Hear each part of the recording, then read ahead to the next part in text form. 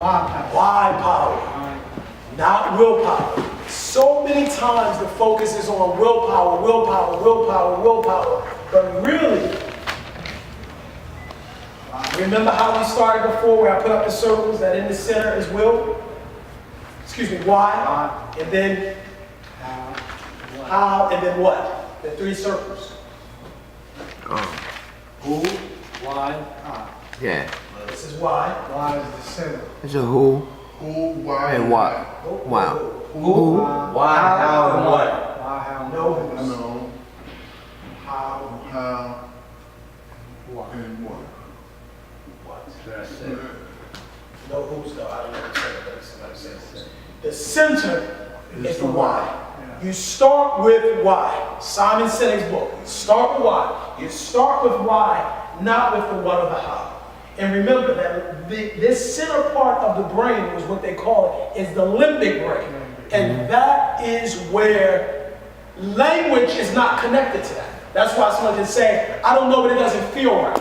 Because the limbic brain does not work off of logic in the mind or in the brain. It works off of emotion. This is where drive, passion comes out of it. I may not be able to explain in words the importance of it, but I know my why. And when I know my why, my how and my what can vary. Again, goes back to destination. The destination is the why. Whereas the route is how I'm getting there. I don't want to focus on that. I want to focus on why. So leaders have why power.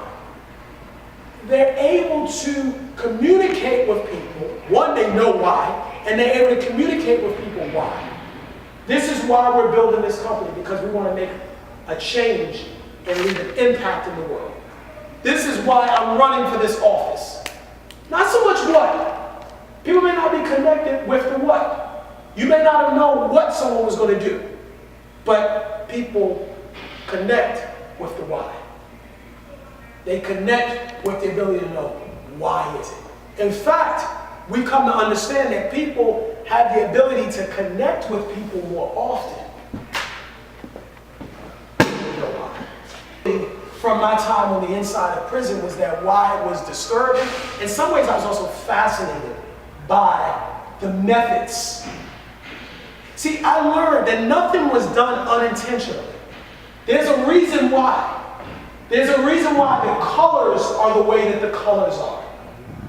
Do you know that there are people who are paid big money, consultants, to go into hotels and to work with them on this is the best way that the climate should be because people are more comfortable this way. These are the colors that soften people's moods. This is down even to the fabric of the pillow. So if there are people that can consult with you on how to make you comfortable, there are studies behind what can get you riled up. The person that knows why will always work for the one, will always employ the one that only knows how.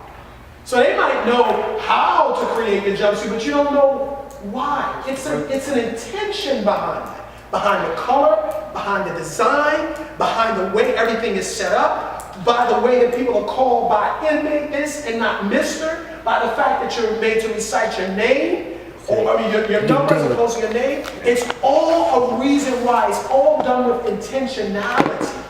And when you understand the sciences behind it, then you get a sense of, okay, not them making us so cynical or angry at people. It just helps you to understand this is why.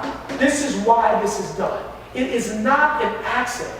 One thing that I've learned is that great things, and when I say great, it could be a bad great. When I say great, I mean the magnitude of impact rarely ever happens without a level of intentionality.